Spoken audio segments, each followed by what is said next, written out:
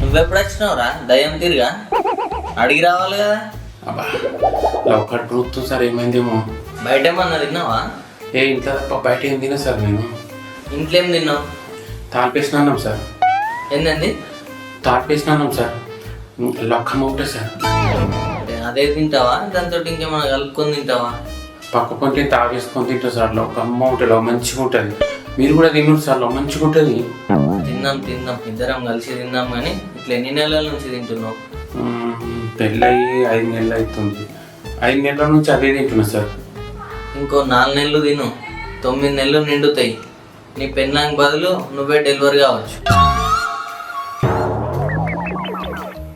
తాల్పేసిన అన్నం అంటే ఏమనుకుంటున్నావు? రాత్రి మిగిలిన అన్నం పొద్దుగల్లా ఇంత నూనె వేసి కళ్యమాకేసి మిరిపిత్తులు వేసి కలిపిచ్చేది. అది మన దేవుని ప్రసాదం మారా. రోజు తింటున్నావు, కొంచెం కూడా సిగ్గు అనిపిస్తలేదా?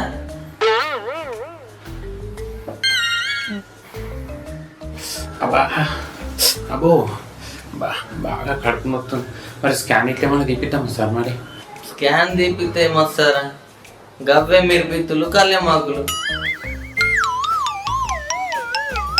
మధ్యాహ్నం ఏం తింటావు? తాల్పేసినాను. మరి రాత్రి ఏం తింటావు? రాత్రి కూడా తాల్పేసినాను సార్. లొక్కమ్మ ఉంటుంది సార్. నీ తాల్పేసిన అన్నంలో మన్నువాడ. నీ పెళ్ళానికి వంటలు వచ్చినట్లేవు ఫస్ట్, అందుకే అదే పెడుతుంది. అది తెలుసుకో ఫస్ట్. సరే కానీ ఒక 4 టాబ్లెట్లు రాసిస్తా. పొద్దుగల పరగడుపున ఏం తినక ముందు వేసుకోవాలి.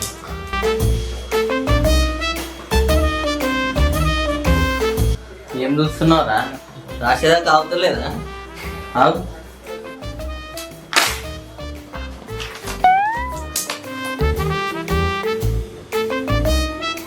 సార్ టాబ్లెట్స్ వేసుకున్న తర్వాత తాల్పేసినాను తినచ్చా సార్? నీ తాల్పేసిన మన్నువాడు అదే తింటా ఉన్నాడు.